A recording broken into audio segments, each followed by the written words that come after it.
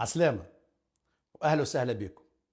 العياشي زمال يحييكم ويحيي التوانسة الكل اللي يعرفوه واللي ما يعرفوهوش واللي برشا منهم يسألوا عليه، خاصة بعد ما خرج اسم العياشي بن عبد الحميد زمال المترشح رقم 1 في الانتخابات الرئاسية. وهذه أفضل مناسبة باش نعرفكم بنفسي وفرصة أنكم تسمعوني وما تسمعوش عليا، فرصة أنكم تسمعوني وما تسمعوش عليا، خاصة اللي تقرأوا فيه النهارات على الفيسبوك فيه برشا مغالطات. هذاك مانيش أنا، هذاك هما كيفاش يحبوني نكون. أنا جيت من خارج المنظومات التقليدية الحزبية والتنظيمية ودخلت للسياسة من باب آخر.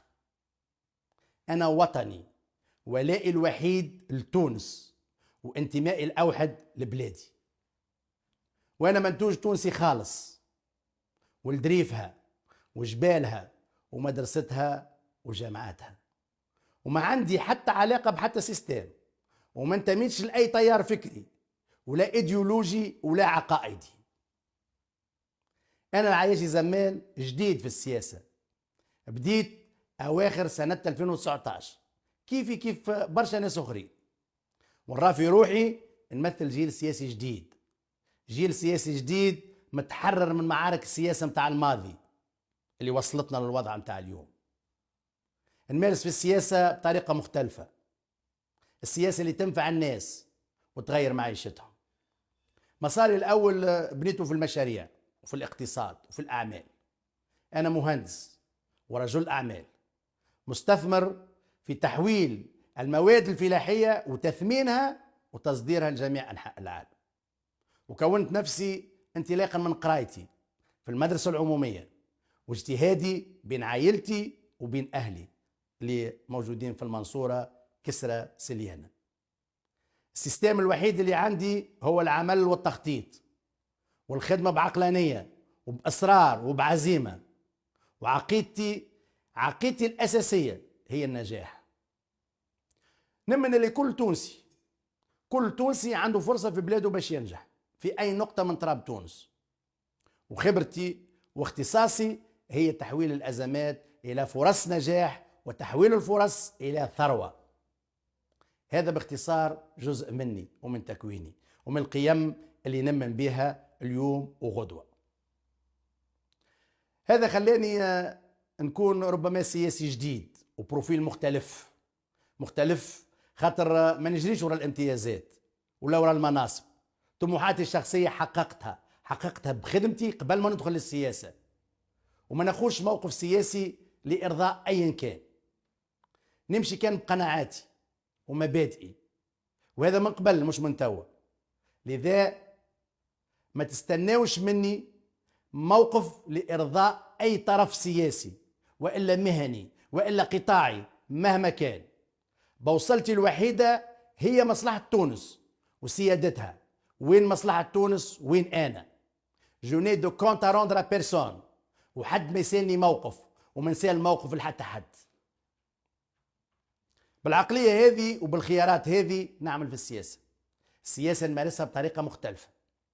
الشيء اللي خلاني نحكم على الأطراف الكل من نفس المسافة، نسمع، نقيم، ناخذ الموقف اللي راه في مصلحة بلادي ومصلحة التوانسة.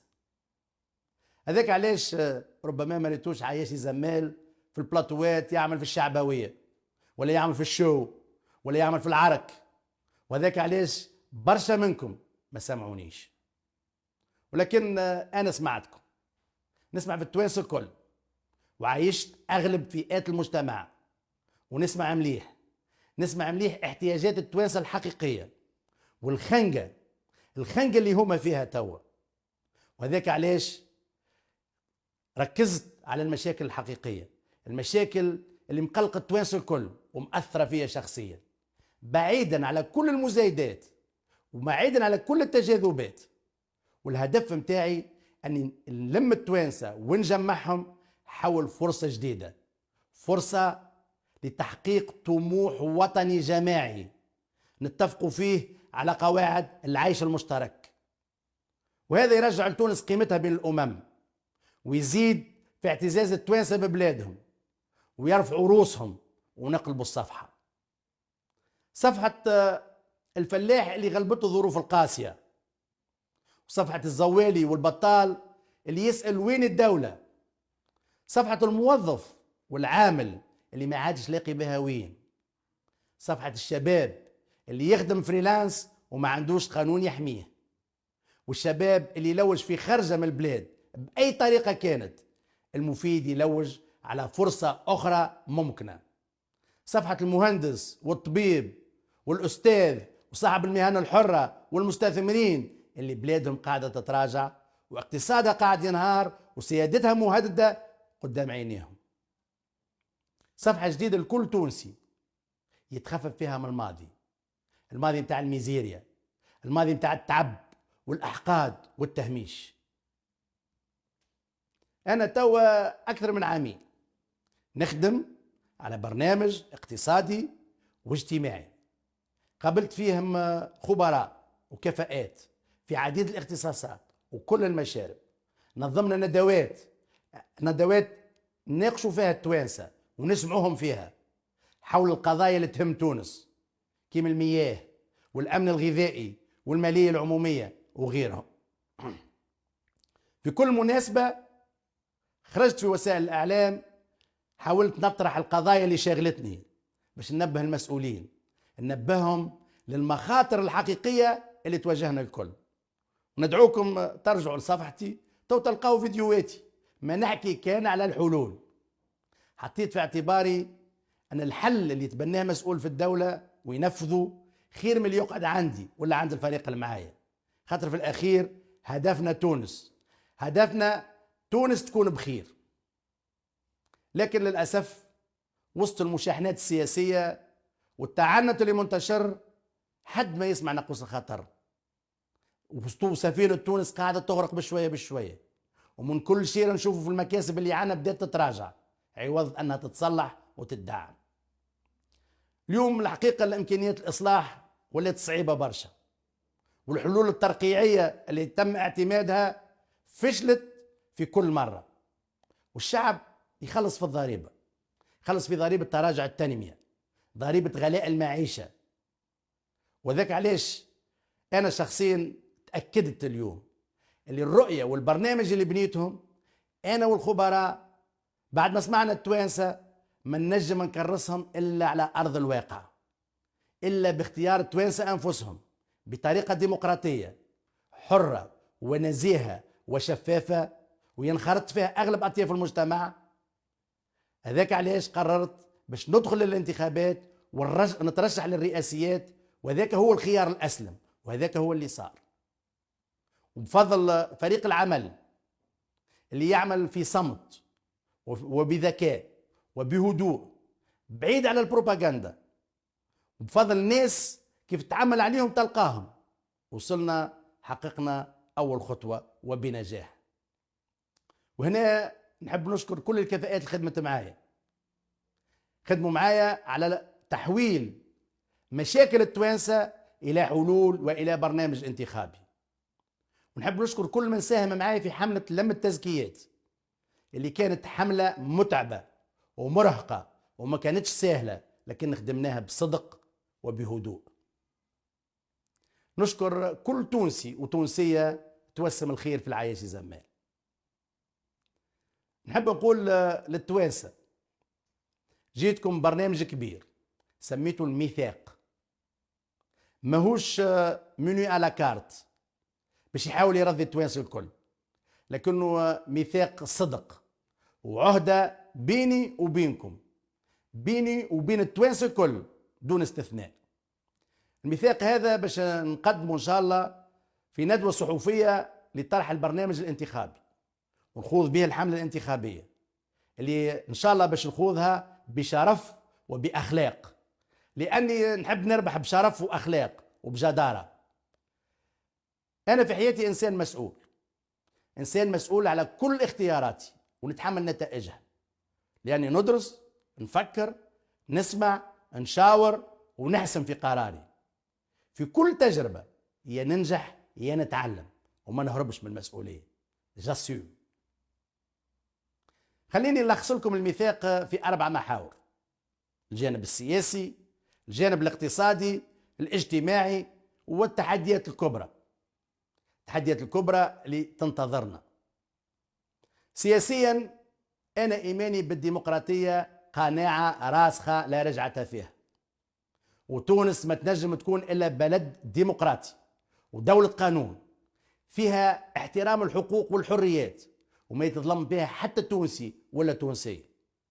وبالمناسبة نجدد تعاطفي مع كل موقوف على خلفية كلامه وإلا موقفه وإلا رأيه، سواء كان من السياسيين أو الصحفيين أو المدونين أو الفنانين وكل مواطن تونسي. الأصل في الأشياء هي الحرية المسؤولة. كل تونسي عنده الحق يبدع في أي مجال يختاره، في الإعلام، في الأدب، في الثقافة، في الفن، في السياسة. وفي جو الحرية، حرية التعبير وحرية الصحافة هامة وهامة جدا، لأنه بالنقد متاع الصحافة وتقديم الرأي المختلف النجم نقدمه. كل مواطن يلزم يعيش بقدره وكرامته وتحميه الدولة ويحميه القانون. إيماني بالدولة القوية أكيد، لكنها قوية بحرية مواطنيها ومؤسساتها وبالقانون اللي يتساوى أمامه الجميع. أؤمن بأهمية ودور الأحزاب والمنظمات المهنية والمجتمع المدني، اللي الحقيقة عندنا مجتمع مدني نشيط ويقظ. وأؤمن بالقضاء المستقل. قناعتي هذه ثابتة، وأنا نتعهد أني خلال 100 يوم الأولى إذا خذيت ثقتكم بطريقة تشاركية باش نحسم نهائيا في كل الإصلاحات السياسية اللازمة، باش نتفرغوا لما هو أهم ونبنيو ديمقراطية حقيقية، ديمقراطية متاع مؤسسات ومنابعة من مقاربة تشاركية فعلية بعيدة على الإلغاء وبعيدة على نظرية المؤامرات، ونقلبوا صفحة العرك السياسي ونخرجوا بميثاق وطني يكون عهد ملزم لكل القوى السياسية والاجتماعية اللي الحقيقة دورهم كبير في المرحلة المقبلة. وبالمناسبة هذه نحب نعبر على تضامني مع بقية المترشحين اللي ترفضت ملفات ترشح، وإن شاء الله القضاء الإداري يعطي لكل واحد حقه.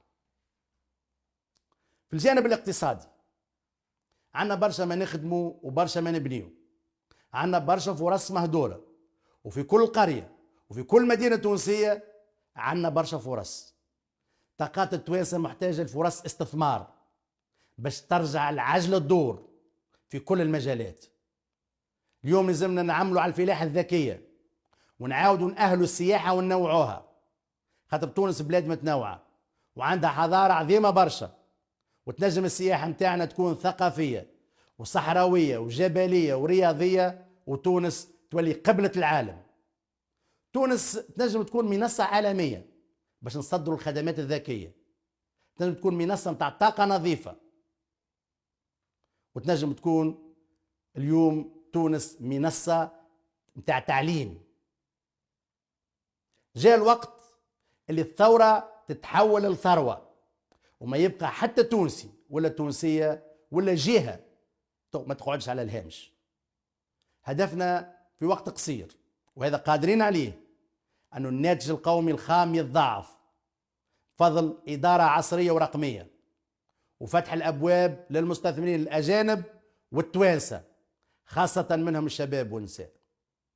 عندي برنامج مفصل ومنظم وفيه أجال تنفيذ وفيه مصادر التمويل متاعه محددة.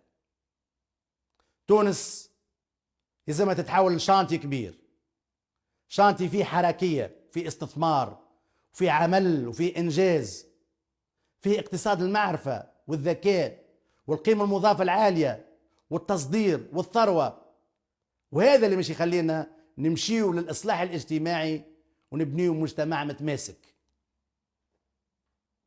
في الناحية الاجتماعية أنا نفكر في الزوالي قبل كل شيء، وفي الناس اللي عايشة على الهامش والعياشة. وتونس ما تستقرش إذا كان الناس هذوما ما يلقاوش فرصتهم في بلادهم. التوانسة اليوم تحتاج للماء الصالح للشراب والخدمات الصحية ومستوصف يليق بالتوانسة. التوانسة اليوم حاجتهم باش نقلبوا صفحة الفقر والجهل والميزيريا والتدين اللي ماشي ويزيد والاقتصاد اللي متعطل والبطالة اللي وصلت أرقام قياسية. معيشة التوانسة في قلب مشروع الاجتماعي، وكل تونسي عنده الحق في بلاده وفي منظومة اجتماعية حقيقية ودولة تحمي مواطنيها. اليوم التونسي تعب ويلوج على فرصة باش يقلب الصفحة ويعيش بكرامته في بلاده. ذاك علاش أنا عندي مشروع سميته مدخول الكرامة الأدنى، اللي يعتني بالمهمشين وذوي الاحتياجات والبطالة. نفكر كذلك في كبارنا المتقاعدين اللي يخدموا تونس في مواقع مختلفة، لازم اليوم نحموهم ونقدروهم ونستفيدوا كذلك من خبرتهم. من غير المقبول الشهري في القطاع العام والقطاع الخاص تقعد ضعيفة كما هكا، وإذا يمشي كل شيء مريقل سياسيا واقتصاديا الشهريات نجم نضاعفوها. رؤيتي تقوم على ضرورة ربط الأجور بالأسعار، وهدفي أن التونسي يعيش بكرامة متهني على صحته وعلى سكنته وعلى النقل متاعه، وخاصة تعليم صغاره. التعليم يلزم يعكس الفخر التونسي، وإصلاح التعليم مسألة جماعية وطنية، والتعليم هو المستقبل، والدولة الوطنية راهنت على التعليم وربحت الرهان. أنا جيت من أجل المستقبل وأنا مرشح المستقبل. بلادنا تعيش تحديات كبرى داخلية وخارجية، وأول تحدي كبير هو السيادة تونس وإشعاعها وموقعها في العالم. وهنا أدعو كل التوانسة باش نتوحدوا ونخدموا مع بعضنا ونقفوا صد منيع ضد كل ما من شأنه أنه يهدد سيادتنا الوطنية. أنا من أولوياتي الأمن المائي والأمن الغذائي والأمن الطاقي. مسألة العطش وتوفير الماء الصالح للشراب وللفلاحة، وتوفير المواد الغذائية الأساسية، وتأمين الطاقة، وتحدي الهجرة، مقاومة تحدي الهجرة، هذوما أولوية أكيدة. وأنا متأكد أن نجم نواجه كل الصعوبات وننجحوا قدام التحديات الاستراتيجية هذه كل، أما شرط أساسي جدا أن نوحدوا صفوفنا ونحطوا راية تونس هي الأسمى. عندي مشاريع واضحة ودقيقة باش نحققوا هذا الكل. في ظرف سنتين التوانسة باش يشوفوا التغيير في حياتهم، ونقلبوا صفحة العطش وصفحة الصفوف قدام المغازات ونقص المواد الأساسية وغلاء الأسعار. نقلبوا الصفحة هو شعار الحملة متاعي، باش كل تونسي يقلب الصفحة ويبدأ في فرصة جديدة في حياته، والتوانسة الكل باش يقلبوا الصفحة وندخلوا جميعا في مرحلة جديدة، مرحلة مبنية على عيشة الحرية، ومبنية على ممارسة الديمقراطية وعيشة الكرامة والثروة والرفاه الاقتصادي والرفاه الاجتماعي. والعملية تبدأ من ورقة الاختيار نهار 6 أكتوبر. 6 أكتوبر فرصة جديدة لتونس، نفتحوا الصفحة مع بعضنا، وموعدي معاكم من هنا لنهار 6 أكتوبر باش نتواصل معاكم على صفحتي وعلى الميدان. نحب نزيد نسمعكم وتسمعوني، ونحب نقدم لكم كل الحلول اللي عندي. الهدف متاعنا نقلبوا الصفحة من غير ما نقطعوا الكتاب، نقلبوا الصفحة ونكتبوا صفحة الأمل وصفحة المستقبل والشباب والعلم والعمل والكرامة.